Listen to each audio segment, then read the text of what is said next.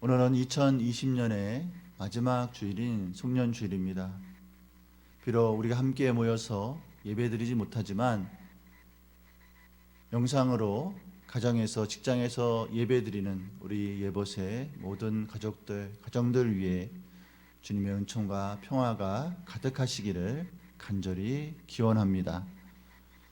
오늘은 본문의 말씀을 가지고 생기를 주는 이슬이라는 제목으로 함께 말씀의 은혜를 나누고자 합니다. 이사야 선지자는 하나님의 뜻을 등지고 살아가는 이스라엘 백성들을 준엄하게 꾸짖다가도 외세의 침략 속에서 어찌할 바를 몰라 당황하는 백성들에게 위로하시는 하나님의 사랑을 일깨워 주려고 노력했습니다. 그는 두려움에 짓눌려 숨소리조차 내지 못하던 사람들에게 기쁨과 감사의 노래를 부를 날이 도래할 것이라고 예고했습니다. 이사야 26장 1절 2절에 보면 우리의 성은 견고하다. 주님께서 친히 성벽과 방어벽이 되셔서 우리를 구원하셨다.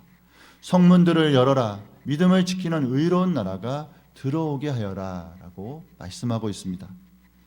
아직 실현되지 않는 미래에 이르지만 마치 이미 일어난 것처럼 말하고 있습니다. 하나님이 하시는 일을 누가 헤아릴 수 있겠습니까? 고린도후서 4장 8절에서 9절에 보면 우리는 사방으로 쥐어들어도 움츠러들지 않으며 답답한 일을 당해도 낙심하지 않으며 박해를 당해도 버림받지 않으며 거꾸로짐을 당해도 망하지 않습니다 라고 고백하고 있습니다. 이런 믿음의 고백이 우리에게도 있으신지요? 가장 어두운 시간에 이사야는 하나님으로부터 시작되는 희망을 노래했습니다. 히브리서는 믿음이란 바라는 것들을 실현하는 것이요 눈에 보이지 않는 것들을 꿰뚫어 보는 것이라고 가르칩니다. 종말론적 미래를 그리며 오늘을 의미 있게 살아가는 것이 믿음이라는 것입니다. 철학자 비트겐슈타인은 현재를 쫓는 자는 언젠가 현재에 따라잡힌다라고 말했습니다. 당면한 문제 해결에만 급급하다 보면 전망을 잃게 되고 결국은 문제의 크기에 압도되기 쉽다는 말입니다. 그렇기에 하늘로부터 오는 빛 혹은 가능성을 붙들어야 합니다. 이사야는 하나님이 열어주시는 평화의 세계를 내다보고 있습니다. 현실은 힘 있는 자들이 그렇지 못한 이들을 억압하고 다스리고 있지만 하나님은 그들이 기억조차 되지 않도록 만드실 것임을 확신했던 것입니다. 그렇지만 모두가 그런 확신을 공유한 것은 아니었습니다. 시련의 시간은 누구에게나 무겁습니다. 예기치 않은 일들을 찾아와 우리 삶의 우선순위를 바꿀 것을 요구할 때 우리는 당황합니다. 어쩔 줄 몰라 허둥거립니다. 시련과 고통은 우리 삶에서 불필요한 것들을 털어내라고 요구할 때가 많지만 평범한 사람들은 고통을 통해 전달되는 삶의 의미를 알아차리지 못합니다. 문제의 크기에 압도당하기 때문입니다. 이스라엘도 마찬가지였습니다. 강대국의 침입으로 나라가 존망의 위기 앞에 놓였건만 그들은 자기들의 죄가 무엇인지 알아차리지 못했습니다. 하나님을 버리고 우상을 따라간 죄, 자기 욕망을 다 채우기 위해 다른 이들의 목까지 독차지한 죄, 이웃들의 신음소리를 외면한 죄, 정의와 공의를 내팽개친 죄에서 돌이킬 줄 몰랐던 것입니다. 시련은 그들을 부르짖게 만들었지만 그들을 창조적인 삶으로 이끌지는 못했습니다. 이사야 26장 17절과 18절에 보면 마치 임신한 여인이 해산할 때가 닥쳐와서 고통 때문에 몸부림치며 소리 지르듯이 주님, 우리도 주님 앞에서 그렇게 괴로워하였습니다. 우리가 임신하여 산고를 치렀어도 아무것도 낳지 못하였습니다. 우리는 이 땅에 구원을 베풀지 못하였고 이 땅에서 살 주민을 낳지도 못하였습니다라고 고백하고 있습니다. 얼마나 절절한 고백입니까? 산고를 치르면서 아이를 낳지 못하는 상황은 얼마나 기가 막힙니까? 우리도 그런 건 아닌지요? 코로나19라는 전대미문의 위기에 직면하고도 정치인들은 여전히 정쟁에만 몰두하고 언론은 그러한 갈등을 증폭하는 일에만 열중하고 종교인들은 냉소와 비아냥과 혐오 발언을 일삼습니다. 취약계층들의 신음소리에 귀를 기울이지 않는 이 현실이 참담할 뿐입니다. 산업재해를 줄이기 위한 노력은 소홀히 하면서 경제 대국이라고 자화자찬하는 일은 얼마나 낯간지러운 일인지요. 우리나라가 지금 겪고 있는 이 극심한 혼란이 새로운 사회를 낳기 위한 산고이기를 바랄 뿐입니다. 그러나 희망이 아주 없는 것은 아닙니다. 그런 우리를 불쌍히 여기는 분이 계시기 때문입니다. 주님의 백성 가운데 기적이 일어납니다. 죽은 사람들이 다시 살아나고 무덤 속에서 잠자던 사람들이 깨어나서 소리치게 될 것입니다. 하나님의 생기가 들어가면 넘어진 사람은 일어선 사람이 되고 무기력했던 사람은 활기를 띠게 됩니다. 이사야는 하나님의 은혜를 생기를 불어넣는 이슬이라는 은유를 통해 드러내려 합니다. 생기는 날생자의 기운 기자가 합쳐진 말입니다. 생기는 우리 속에서 일어나는 생명의 꿈틀거림입니다.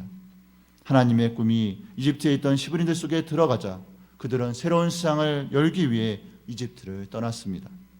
에스겔이 생기를 향해 태어나자 해골들이 맞춰져서 하늘 군대를 이루었습니다. 갈릴리의 어부들은 예수님께서 나를 따라오너라 내가 너희를 사람을 낳는 어부가 되게 하겠다고 하시자 배와 그물을 버리고 예수님을 따랐습니다.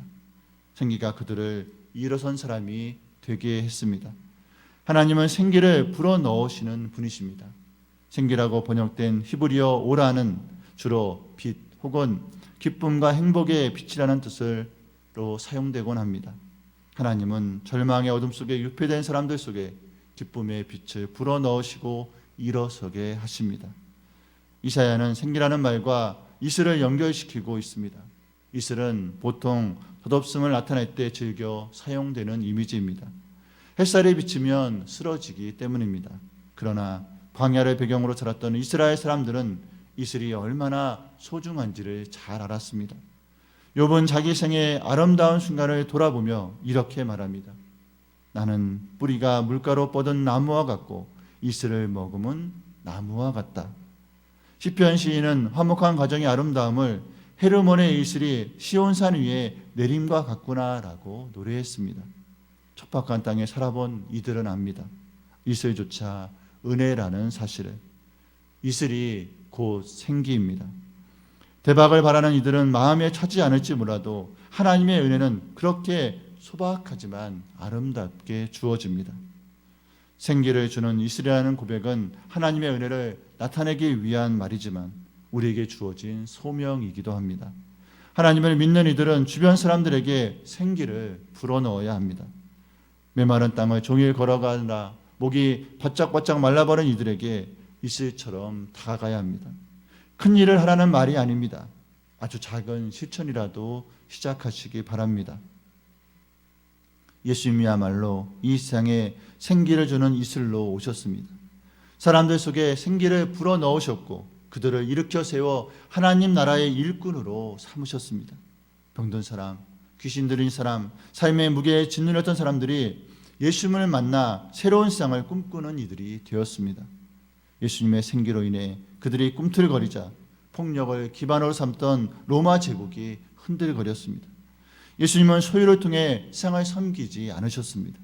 오로지 당신 자신을 선물로 내주셨고 하나님 나라의 꿈을 사람들 속에 심어주셨을 뿐입니다. 예수님과 더불어 아름다운 세상의 꿈을 이루기 위해 해산의 수고를 다할 수 있으면 좋겠습니다. 산고를 치르고도 아무도 낳지 못한 어리석은 삶에서 이제는 벗어나야 합니다. 우리가 주님의 꿈입니다. 어둠이 지극한 이때 빛으로 오시는 주님의 사랑이 우리를 충만하게 채워주시기를 간절히 소원합니다. 기도하겠습니다. 하나님 아버지 감사합니다. 세상은 어둠으로 가득한 것 같지만 빛으로 오신 예수님이 우리 안에 충만하여 우리도 세상에 빛으로 살게 하여 주옵소서. 생기를 주는 이슬로 오신 예수님, 우리 안에 생명의 기운을 불어넣어 주시고 그 생명의 기운이 온 세상에 전파되게 하여 주옵소서. 올 한 해 어려움도 많았지만 주님의 은혜로 한 해를 보내며 마지막 주일을 주님 앞에 드립니다. 주님, 주님께서 우리에게 새로운 희망을 주시고 우리가 주님의 꾸밈을 깨달아 새로운 비전 속에 새해를 맞이하게 하옵소서. 예수 그리스도의 이름으로 감사하며 간절히 축복하며 기도하옵나이다. 아멘.